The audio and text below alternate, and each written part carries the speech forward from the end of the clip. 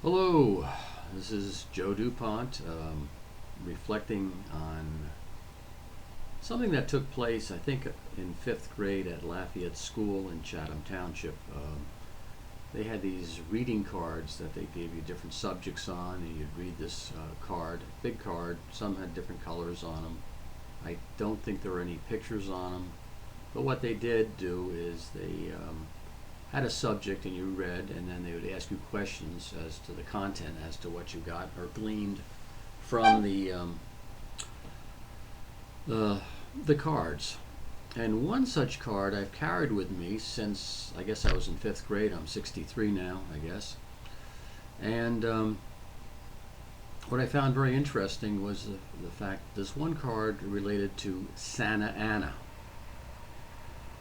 And it mentioned the fact that he introduced chicle, the stuff that they use for chewing gum, into the United States, and that he was, up in the United States trying to lobby or whatever to get this stuff in. I had more of a thought that he was in Washington or something lobbying, but he lived, I think, in Staten Island.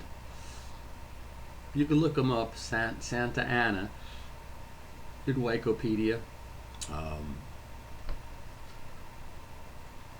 But as a kid, reading this card, and I think this card basically set the stage for my total distrust of the sincerity of our government in terms of good and evil, right and wrong.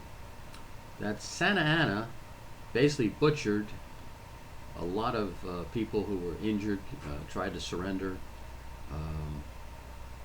And yet he was allowed to come in this country and become a capitalist after he killed all those people at the Alamo. Now, what was interesting to me was the fact that at the time, I was thinking in terms of John Wayne and all these people who played the characters at the Daniel Boone, Davy Crockett. All that was all mixed up in one emotion in terms of the fact that how could our government, the government of the United States,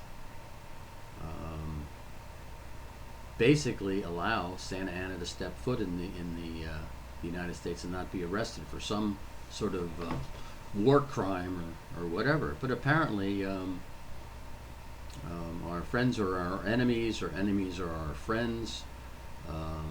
Look at the Vietnam, accepting Vietnam being taken over by the North Vietnamese, and whatever your thoughts are on that, the point of the matter is that we can forget, for commerce, to promote commerce, we can forget and forgive anything. We can overlook anything, and that realization took place with me at a very, very early age.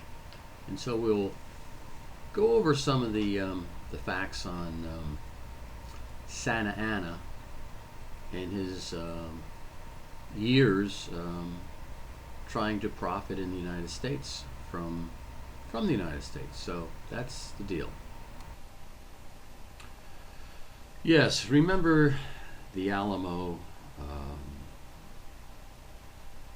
I've been down to the Alamo, I guess, 3 times, and it was only perhaps the third time that I really got a feel for the sacrifice these brave men made in staying there to stand on a principle which basically probably meant nothing, because after the slaughter of all these brave men, it really didn't matter.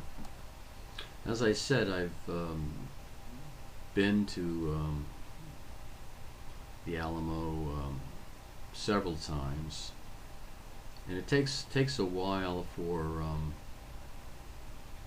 such a situation to really sink in. I think it was the second or third time that I started to understand what took place down at the Alamo, when I saw the names of these people who died at the Alamo and their places of origin. that many weren't even U.S. citizens at the time. They were just pioneers looking for an opportunity. And I know that John Wayne felt very strong about this and did the movie about the Alamo at a considerable loss of money. He spent a lot of money trying to depict it, and I guess he did. But it was a financially it was unsuccessful. But I guess the message to the youth of today is that based upon America's past performance, that our friends become our enemies, our enemies become our friends. And in the case of Santa Anna, we have someone who should have been arrested for war crimes that basically was welcomed into this country as if nothing happened. And when you look back, you can see that this is a policy that apparently still takes place. We have what was it, Bill Ayers, the guy who was involved in bombing government buildings, and he's a respected man today. So I guess the message here is not to take things too seriously, and read up about Santa Anna.